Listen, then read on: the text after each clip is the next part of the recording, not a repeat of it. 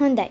අද අපේ මාතෘකාව තමයි ස්වභාවික සම්පත් තිරසරව භාවිතා කරමු.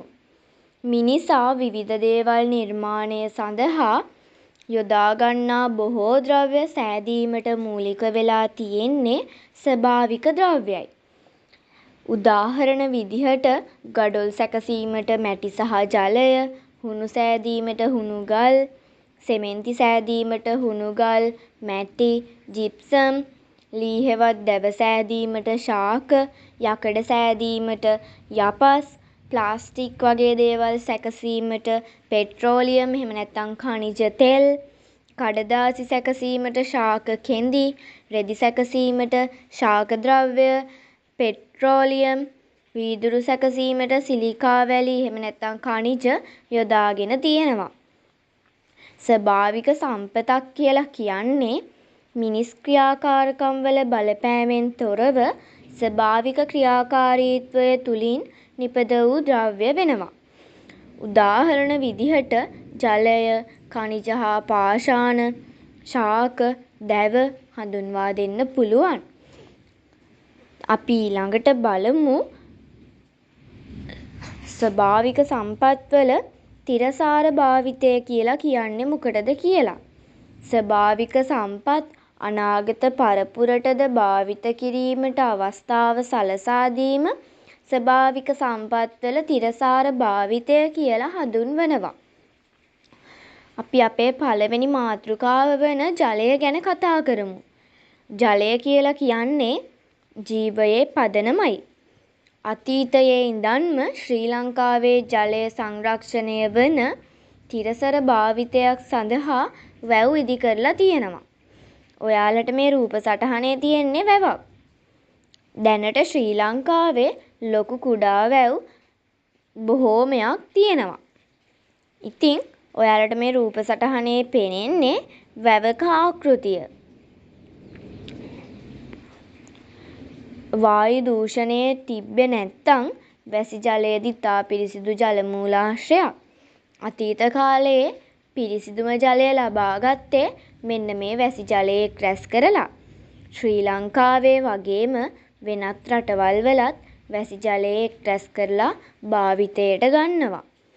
වියලි කලාපයේ කෘෂි කර්මාන්තයේදී ජලය අරපිරිමැස්මෙන් භාවිතය සඳහා වගා කරන ශාක අසල මැටි කලයක් වලලා එයට ජලය පුරවලා තබනවා.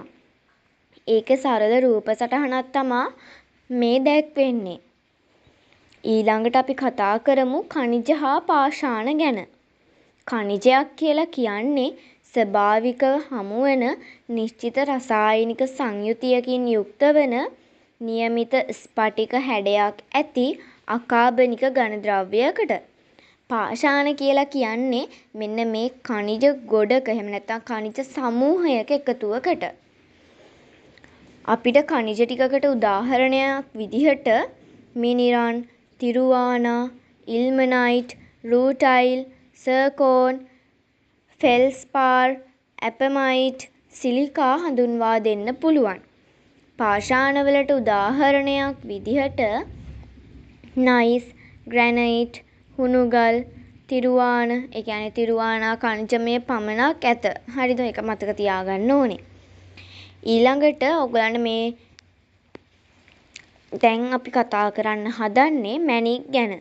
මැණික් කියලා කියන්නේ ඔප දැමීමෙන් පස්සේ ආභරණ සෑදීම ආදියට යොදා ගන්නා ඛනිජ ස්ඵටික කැබලි වෙනවා. ශ්‍රී ලංකාවේ මැණික් වර්ග 70ක් පමණ හමු වෙලා තියෙනවා. ශ්‍රී ලංකාවේ ජාතික මාණික්කය නිල් මාණික්කයයි. ඔයාලට මේ රූප සටහනේ දැක්වෙන්නේ පතලක් හාරන ආකාරය.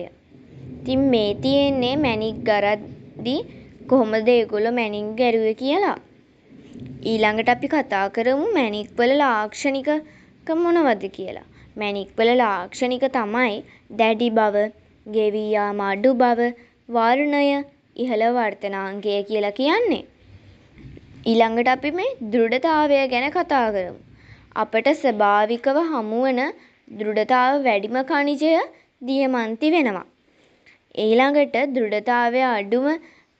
ටැල්ක් කියන ද්‍රව්‍යය.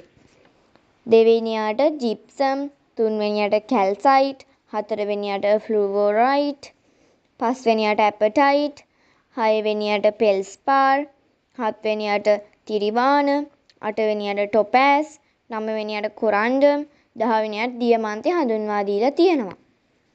ශ්‍රී ලංකාවේ හමුවන මැණික් වර්ග විදිහට අපිට නිල් මැණික්, රතු කැට, පුෂ්ප රාග, පද්ම රාග හඳුන්වා දෙන්න පුළුවන්. මෙම මැණික් වර්ග සියල්ල කොණ්ඩරම් ගණයට අයත් වෙනවා. මැණික් වලට වර්ණය ලැබිලා තියෙන්නේ ඊට එක් වී ඇති අංශු මාත්‍රා අපද්‍රව්‍ය නිසායි. විද්‍යාත්මකව මැණික් හඳුනා ගන්න වර්තනාංකය යොදාගෙන තියෙනවා. අපි දැන් ද්‍රව්‍ය කිහිපයක වර්තනාංකය ගැන බලමු. ජලයේ වර්තනාංකය 1.3යි. වීදුරු වල වර්තනාංකය 1.5යි. ටොපෑස් වල වර්තනාංකය 1.6යි. නීලමාණික්කයේ වර්තනාංකය 1.7යි.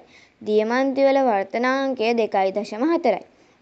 ඔයාලට පේනවා ඇති මේකේ වර්තනාංකය වැඩිම දියමන්ති වලට කියලා.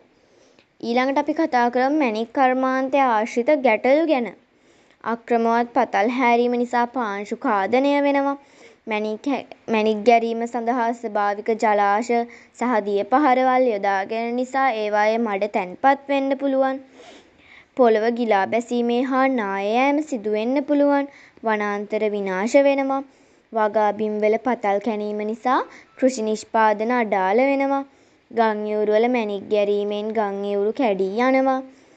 අතහැර දැමූ පතල් වලවල් වලින් මදුරුවන් බෝ වෙන්න පුළුවන්. කම්කරුවන්ට ස්ථිර ආදායම් මාර්ගයක් නැහැ. දරුවන් පතල් කර්මාන්තයට යෙදවීම නිසා අධ්‍යාපනය අඩාල වෙනවා. ඊළඟට අපි කතා කරන්නේ වැදගත්ම මාතෘකාවක් ගැන. ඒ තමා ශාක කියලා කියන්නේ. ශාක මිනිසාට පමණක්ම නෙවෙයි මුළු මහත් පෘථුවියටම මහඟු සේවයක් ඉටු කරනවා. මිනිසාට ද්‍රව්‍යමය වගේම ද්‍රව්‍යමය නොවන ප්‍රතිලාභද ලබා ගන්න මේ ශාක උදව් වෙනවා. අපි චුට්ටක් උදාහරණ ටිකක් බලමු. ආහාර සැපයීමට වී, තිරිඟු, ඉරිඟු, මාෂ භෝග, අල වර්ග, පළතුරු සහ එළවලු යන පාන වර්ග ලබා ගන්න තේ, කෝපි, පොල් පලා, රණවරා, බෙලි ඊළඟට ඉන්ධන සැපයීමට පොල්, රබර් සහ ග්ලිරිසීඩියා කියන ඒවා යොදා ගන්නවා. අලංකාරය ලබා දෙනවා මල් සහ කොළ වෙනුවෙන් වවන ශාක. ඖෂධ සඳහා අරලු, බුළු, නෙල්ලි, කටු ඇල්බටු, වෙනිවැල් ආදිය යොදා ගන්නවා.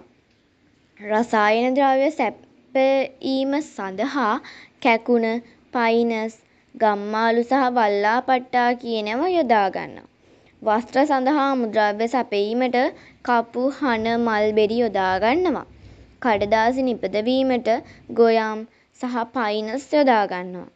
කුළුබඩු සැපයීමට කොත්තමල්ලි, උළුහාල්, කහ, සූදුරු සහ ගොරකා යොදා ගන්නවා. රූපලාවන්‍ය ද්‍රව්‍ය සැපයීමට කහ, කොකුම්, සඳුන් සහ කෝමාරිකා යොදා ගන්නවා. මේ වගේ ශාක වලින් තව බොහෝ සේවාවන් අපිට සිද්ධ කරනවා. ඊළඟට අපි කතා කරමු දැව ගැන. දැව කියලා කියන්නේත් අපිට වටිනාම සම්පතක්. මිනිසාගේ පැරණිතම ඉදිකිරීම් ද්‍රව්‍යයක් වන දැව පුනර්ජනනීය වන එකම ගොඩනැගිලි ද්‍රව්‍යයි. ඒ කාලේ මේ දැව යොදාගෙන තියෙනවා රේල් පීලිවලට, ඊළඟට ඔය දැන් කොන්ක්‍රීට් වලින් හදලා තියෙන ලයිට් කණුවලට පවා මේ දැව යොදාගෙන තියෙනවා ඒ කාලේ. ඒ වගේම පෙලක්, ගෙවල් එහෙමත් හදලා තියෙනවා මේ ලී වලින්. ඒ කියන්නේ දැව වලින්. ගෘහ භාණ්ඩවලට ඒ වගේ ගොඩක් දේවල් මේ දැව වලින් ඒ කාලේ සිද්ධ කරලා තියෙනවා. දැව සතු ලක්ෂණ විදිහට කල් පැවතීම, තාපයට, විදුලියට සහ ශබ්දයට ඔරොත්තු දෙනවා. විවිධ අලංකාර මෝස්තර නිර්මාණය කරන්න පුළුවන්. ශ්‍රී ලංකාවේ ඇති වටිනා දැව වර්ග කිහිපයක් විදිහට කළුවර, බුරුත, කළු මැදිරිය, කොස්, තේක සහ වීර හඳුන්වා දෙන්න පුළුවන්. අපිට කන්නැලිය වගේ වනාන්තරවල මේ වගේ වටිනා දැව වර්ග දැක ගන්න අවස්ථාව හිමි වෙනවා. දැව වර්ගවල විශේෂ භාවිත ගැන කතා කළොත් ශක්තිය, කල් පැවැත්ම හා ඔපය නම් කොස්, සැහැල්ලු බව ලුණු මෙදෙල්ල, සිහින් ඍජු කඳ පානක්කා. අතීතයේදී කළුගල් දෙපළ කිරීමට, කූඤ්ඤය සෑදීමට වල්ලපට්ට යොදාගෙන තියෙනවා. ජලය තුල කල් පැවතීමට හොර යොදාගෙන තියෙනවා. රුක්කත්තන කියලා කියන්නේ සැහැල්ලු බව හා වැඩ කිරීමේ පහසුවට තමා මේවා යොදාගෙන තියෙන්නේ. පාරෙමාර රබාන ලී කඳ සෑදීමට යොදාගෙන තියෙනවා. දුඹගස්, රුවල් ඔරුවේ කුඹගස, කරත්තවල බෙන්ලිය හා වියගස සෑදීමට යොදාගෙන තියෙනවා. ඊළඟට අපි කතා කරන මාතෘකාව තමයි දැව දි รา පත් වීම. දැව අභ්‍යන්තරයේ දිලීර වර්ධනය වෙනවා. ඒවායින් ස්‍රාවය වන එන්සයිම වල ක්‍රියාකාරීත්වයෙන් දැව සෑදී ඇති සංකීර්ණ කාබෝහයිඩ්‍රේට බිඳහෙළීම නිසා දැව දි รา පත් වෙනවා. මීට අමතරව වේයන් හා ගුල්ලන් මගින්ද මේ දැව විනාශ වෙනවා.